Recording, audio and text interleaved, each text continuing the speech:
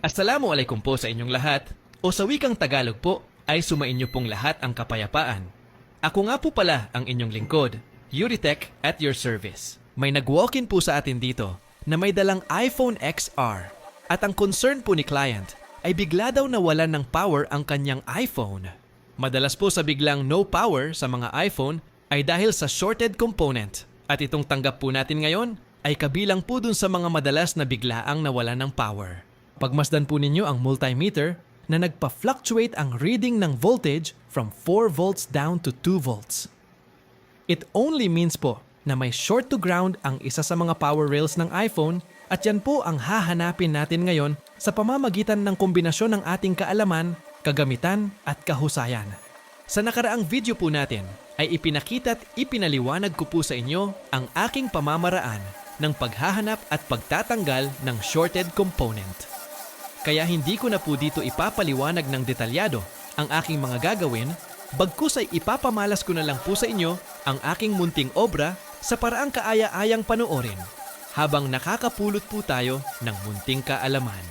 Sa mga nagha-hardware repair po, especially sa microsoldering level, ay alam naman po natin kung gaano kahirap baklasin ang metal cover ng iPhone XR.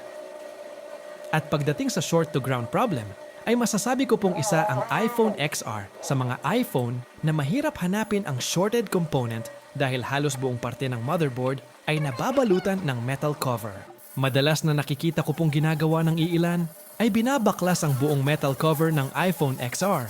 But as for me, ay hindi ko po ito ginagawa dahil posibleng ma-overheat ang motherboard dahil sobrang makapit ang kapit ng mga metal cover sa motherboard. Kaya ang alternative solution ko po ay ginagrind ko lamang ang parte ng metal cover kung saan itinuturo ng aking ginagawang diagnosis ang lokasyon ng posibleng shorted component based on the result of my step-by-step analysis. Dun po nakakalamang ang marunong magbasa ng schematic diagram, marunong gumamit ng multimeter at may sapat na gamit para sa pagre-repair. Bawat galaw ay very well calculated, kaya ang kapalit ay mas ligtas ang ating ginagawa at mas malaki ang chance na magawa ng malayo sa backjob ang ipinapagawa sa atin ng ating mga kliyente. Tulad po dito sa ginagawa nating iPhone XR, ay natumbukan po natin ang shorted capacitor without removing the whole metal cover from the motherboard. And as a result, ay napanatili po nating safe na safe ang motherboard without worrying na baka na overheat natin ang ibang components na posibleng in the near future ay magkaroon ng problema. Sa pagre-repair po ng mga cellphone ay importante po ang precision. Dahil sa cellphone repair, lalo na sa microsoldering at motherboard work, ay sobrang liliit po ng components at napakamaseselan po ng parts ang hinahawakan natin.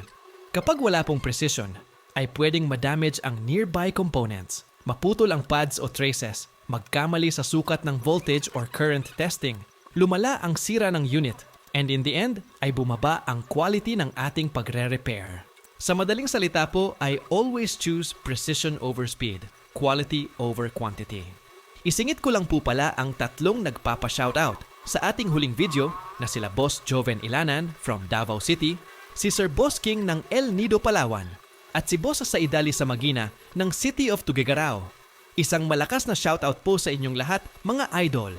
At sa mga nais pong magpa-shoutout ay sa last content video po kayo mag-comment para mas madali ko po itong makita.